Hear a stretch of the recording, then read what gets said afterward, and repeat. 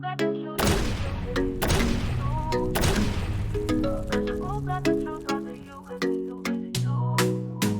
it down, say it straight. Another story on the way. All right, so today we're really diving deep into NVIDIA. You know, this company that basically went from like boosting your computer game graphics to, I mean, they're like the brains behind this whole AI explosion we're seeing everywhere. Yeah. And you sent over a bunch of articles, even some podcast transcripts. Yeah, I did. About NVIDIA.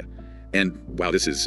it's a wild ride. Yeah, it really is. Yeah. So how did this company that was so focused on gaming become like the powerhouse in AI? We really can't tell the NVIDIA story without going back to like 2012. Okay. To something called AlexNet. AlexNet. Okay, Yeah. that's got a good ring to it. Yeah. It's like some secret spy network. Well, you know, in a way it kind of was. Okay. You had this competition where computers were trying to identify different objects in like millions of images. And I mean, millions. This was called ImageNet. Okay. And so, you know, before AlexNet came along, the accuracy was, let's just say computers couldn't tell a cat from a cactus reliably. But then AlexNet kind of came out of nowhere and just blew everyone away.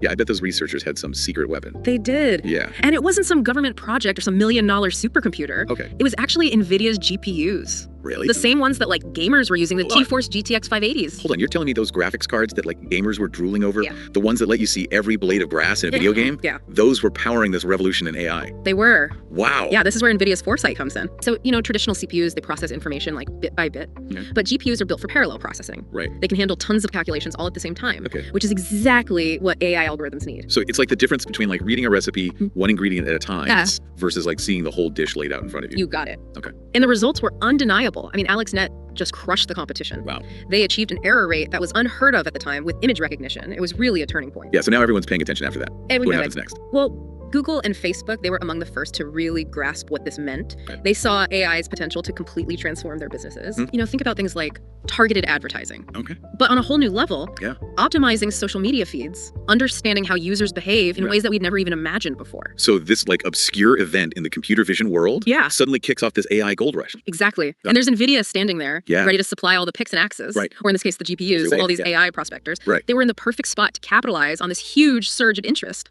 But it sounds like it could have easily become this two-horse race with Google and Facebook. Yeah, you think so, right? What prevented them from just like completely dominating the AI landscape? Well, that's where things take another really interesting turn. Okay. You see some very influential people in tech. Okay. They were starting to get concerned about this potential AI duopoly. Yeah. They saw the risks of having all that power in the hands of just two companies. Right, and that's where we get OpenAI. Exactly. This group that wants to make sure AI benefits everyone. Right. Not just a select few. That's right. And so tell me more about how they come into the picture. So OpenAI, they really burst onto the scene, right? Yeah. With this bold mission to make sure that artificial general intelligence, AGI. Right, AGI, this is like AI that can really think like a human. Exactly, that it benefits all of humanity. Okay. And they weren't messing around, like they were going head to head with Google. Really? Yeah, it was a real David and Goliath situation. Okay, but what did OpenAI have that could compete with companies like that? I mean, it's not like they had some magic wand to just create AGI. Well, they did have something pretty powerful though. Okay. Brain power. Okay. They managed to get Ilya Sutskever, who was like a leading AI researcher. Wow. He actually left Google to join OpenAI. Wow.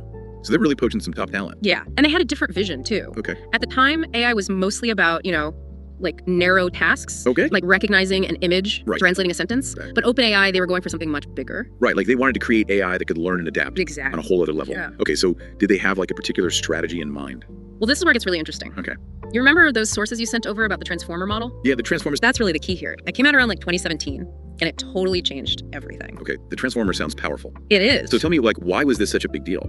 Okay, imagine you're reading a sentence. Okay. You don't process every single word individually, right? No. Your brain understands the context, the relationship between the words. Yeah. That's what the transformer brought to AI. It's called the attention mechanism. Okay, so instead of just seeing all these separate words, AI could finally like understand the whole sentence. Yes. The whole story. The big picture. Like we do. Exactly. Wow. And you can imagine what kind of impact this had on being able to process language, which is naturally so complex and full of nuance. Okay, so this is huge for AI trying to understand us. Huge. And how does this connect back to OpenAI? Well, this breakthrough is what made large language models possible. LLMs. Yes, LLMs, like ChatGPT. ChatGPT, exactly. That everybody's talking about. Right, these models, they can process like mountains of text. Wow. And start to understand those little nuances of human language. It's really incredible. Yeah. But what about NVIDIA this whole time? Yeah. Were they just like watching this all happen from the sidelines? Not at all. While OpenAI was focused on the software side, NVIDIA was busy building the hardware foundation that would make all of these advancements possible.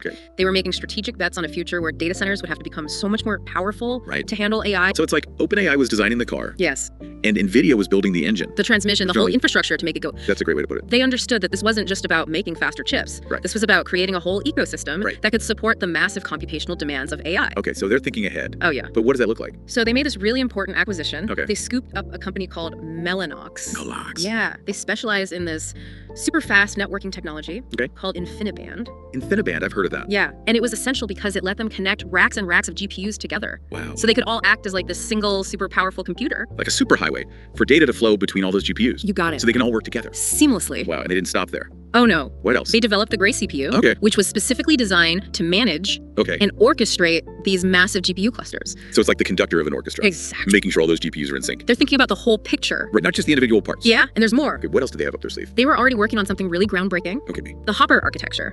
Which used a new technology called chip-on-wafer-on-substrate. Chip-on-wafer-on-substrate. Wait, Kodomis! Kodobios. I know it sounds complicated, but... Yeah, just a tad. But basically what it let them do was pack way more memory onto each GPU. Okay. And this is a big deal because AI models, especially these large language models, they need tons of memory. So it's like giving AI a much bigger canvas to paint on. Exactly. So they can create these even more complex outputs. NVIDIA was already thinking about a future where AI would just demand so much more power. And they were ready. They were ready. So they've got the networking, they've got the conductor, they've got these memory-packed GPUs. Right. What does NVIDIA actually create with all of this? What's the final product? They created a one-stop shop for AI data center. Okay. I mean, we're talking about everything from those H100 GPUs, you know, the real workhorses of AI, to like entire pre-built AI supercomputers. Wow. You just plug them in and boom, you're doing AI. You're talking about those DGX systems, right? Yes. Like a self-contained AI powerhouse. Exactly. That's gonna be pretty tempting if you're a company who wants to get in on AI. Oh yeah. This approach was huge for them. Yeah. It gave them so much leverage. I mean, they became the provider for anyone who was serious about AI. And with that came some really nice profit margins. Of course, everybody wants a piece of that pie. Exactly. But it's not just the hardware though, right? NVIDIA's also got CUDA. Yeah. Their software platform. Yeah. Which has basically become like the standard. The industry standard. Yeah, for AI development. Yeah, they've pretty much got the keys to the kingdom there. So NVIDIA's sitting pretty. They've got the hardware, Yeah. the software, they've got all this momentum. Right. But the AI world moves so fast. It does. Can they really hold on to this lead? What are the challenges they're facing? That's the big question, isn't it? Yeah. I mean, on the one hand, NVIDIA has built up such a strong position. Yeah. Years of smart investments, technological leaps, really understanding the AI landscape. Right. It's tough to compete with that. But every fortress has a weakness. True. What's NVIDIA's? One word. The cloud. Oh, the cloud. Okay. Think about it. Almost all of this AI stuff, Yeah. it happens in these massive data centers, Okay. which are the backbone of everything, Right, yeah. from Google searches to like streaming your favorite shows. Right. And who controls those data centers? The big cloud providers. Exactly. Amazon, Microsoft, Google. Yeah, they're the ones calling the shots. So are these cloud providers allies for NVIDIA? That's the thing. Or are they the biggest rivals? It could go either way, honestly. Okay. Those cloud providers could easily decide to start making their own AI chips. Cut out the middleman. Exactly. But NVIDIA's a middleman. Which is what Google's already doing, right? Yeah, but their GPUs. Yeah, their own custom-designed AI chips just for their data centers. So they're already kind of on that path. But building a platform that can actually compete with NVIDIA, Yeah. that's not easy. Right. It takes a ton of money, some seriously talented engineers, and attracting the best AI talent out there. Which NVIDIA's already got. They've got a good head start. Right. But we can't forget about open source software, which is always a bit of a wild card. Right. Frameworks like PyTorch are really popular with AI developers, and if they get powerful enough, they could really shake things up. So the pressure's on. It is. NVIDIA's got to keep innovating. Keep moving. Stay ahead of everybody else. Yeah, it's really a classic case of disrupt or be disrupted. Wow. Can NVIDIA, the company that changed the game with GPUs, disrupt themselves? Yeah. Can they stay ahead of the pack? It's a story that's still unfolding. It is. And it's one we'll definitely be keeping an eye on. Huh. But for you listening, here's something to think about. Okay. Will NVIDIA be able to hold on to their crown? Right. Or will some new challenger come along and take it from them? That's a big question. With huge implications for the future of... Well, the future of computing, the future of everything, really. It really is amazing how this company that started out, I know. you know, just making our video games look better, is now at the forefront of... AI revolution. Yeah, it really is It incredible. just goes to show you never know where technology is going to go next. Absolutely. All right, well, thanks for coming on the show and diving deep with me into this. Yeah, this was fun. Yeah, this was really interesting. And for everyone listening, thanks for joining us, and we'll catch you next time.